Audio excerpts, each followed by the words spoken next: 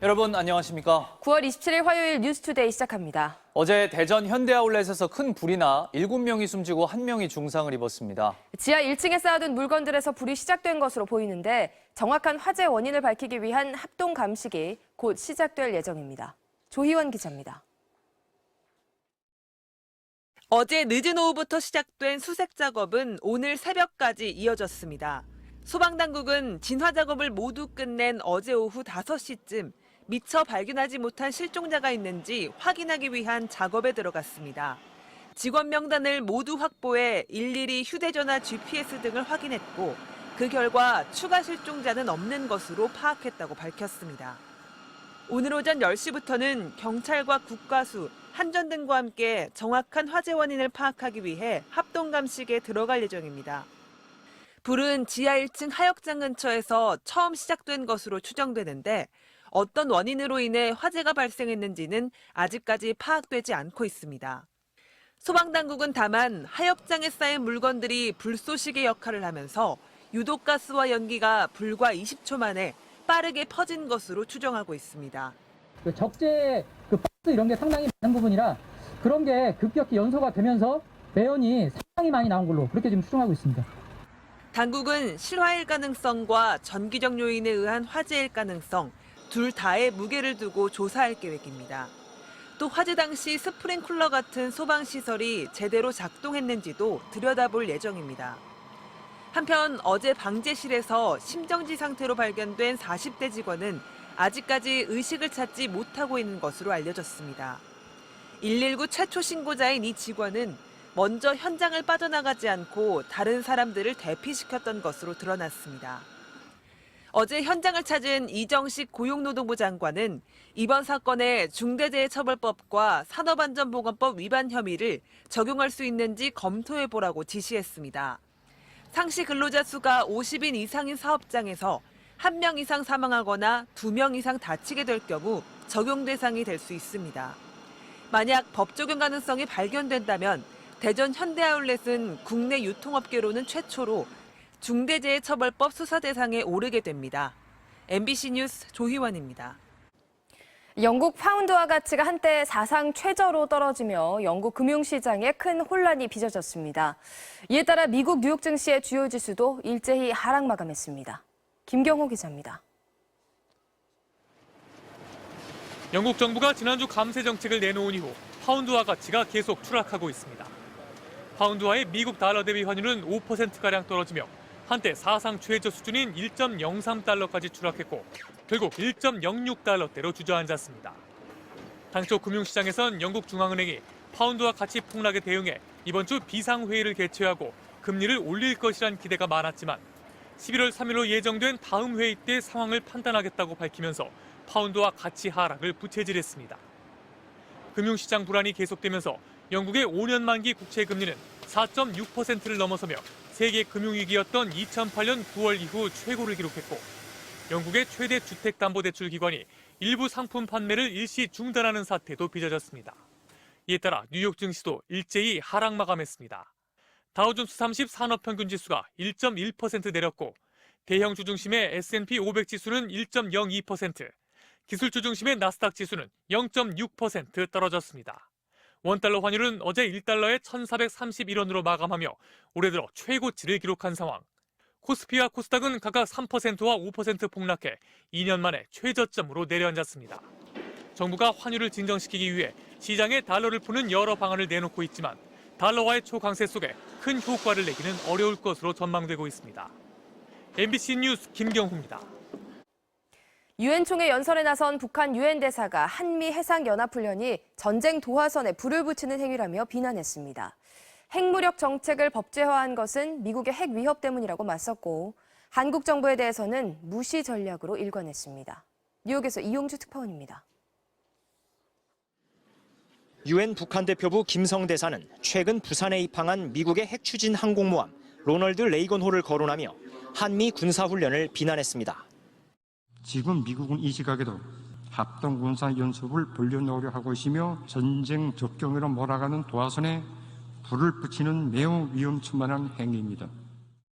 미국의 위협, 이른바 대조선 적대시 정책이 문제의 근본 원인이란 인식을 드러낸 겁니다.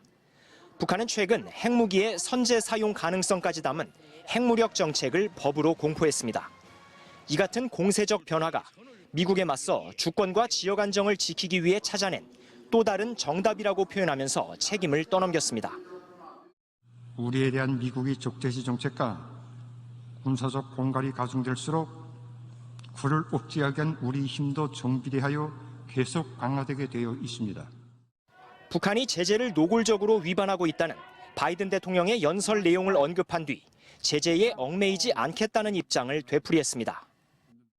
미국이 일방적으로 만들어 놓고 저들이 규정을 지키지 않는다고 하여 압박을 가하는 그런 유엔 제재는 인정한 적이 없으며 앞으로도 인정하지 않을 것입니다.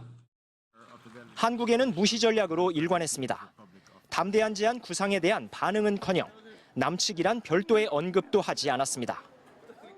북한이 한미 군사훈련과 유엔 제재 등에 대해 갖고 있던 기존의 입장을 다시 확인하는 데 그친 연설이었습니다. 대화 중단의 책임을 상대방에게 떠넘기는 지금의 냉각기를 돌파할 방법은 이번 유엔 총회에서도 나오지 않았습니다. 뉴욕 유엔 본부 앞에서 MBC 뉴스 이용주입니다. 윤석열 대통령의 비속어 논란과 관련해 조태용 주미대사가 해당 발언이 미국에 대한 것이 아니라는 점을 설명한 것으로 전해졌습니다. 미국 측은 문제가 없다는 반응이었다고 합니다. 워싱턴에서 김수진 특파원입니다. 유엔 총회 기간 윤석열 대통령의 발언 논란과 관련해 조태용 주미대사와 주미대사관 측은 미국 백악관 국가안보회의 NSC와 국무부에 대통령실의 해명을 전달한 것으로 알려졌습니다. 정부 고위 당국자는 오늘 워싱턴 특파원들과 만나 해당 발언이 미국에 대한 것이 아니라는 점을 미국 측에 설명했다고 밝혔습니다. 이에 대해 미국 NSC는 잘 알겠고 문제가 없다는 반응을 보인 것으로 전해졌습니다. 미국 정부나 의회에서 먼저 문제 제기를 하거나 해명을 요구하지는 않았다고 합니다. 하지만 이 관계자는 사실에 기반하지 않은 보도는 한미 동맹에 부담이 될 수 있다고 지적했습니다. 실제 동맹에 손상이 있었다기보다는 정부 내에서는 이 문제가 계속 논란이 되면 한미 동맹에 부담이 되는 상황이 올 수 있다고 우려하고 있는 것으로 전해졌습니다. 한편 한미 정상이 회담 대신 48초간의 환담에 그친 것과 관련해서 조태용 주미대사는 특파원 간담회에서 짧은 환담에도 핵심 현안에 대해 대화를 했다고 강조했습니다. 특히 정상 차원에서 인플레이션 감축법과 관련한 우리 업계의 우려에 대해 논의하고 진지한 협력 의지를 확인한 것은 의미 있는 결과라고. 또 한미 정상이 전기차 차별 문제 외에도 대북 공조를 강화하고 금융 안정을 위한 협력 등 성과를 냈다고 설명했습니다. 특히 미국의 금리 인상 기조로 환율이 급등하고 있는 상황에서 한미 재무당국이 통화 스와프를 포함해 지속적으로 대화를 하고 있는 것으로 전해졌습니다. 원화와 달러화 교환을 통한 달러 공급 대책이 마련될 수 있을지 주목됩니다. 워싱턴에서 MBC 뉴스 김수진입니다. 러시아 중부 지역의 한 학교에서 총격 사건이 발생해 학생과 교사 등 13명이 숨지고 21명이 다쳤습니다. 어제 징병사무소 사고에 이어 러시아에서 또다시 총격 사건이 발생한 건데 러시아 당국은 신나치주의자의 소행으로 보고 조사에 착수했습니다. 파리에서 조명아 특파원입니다.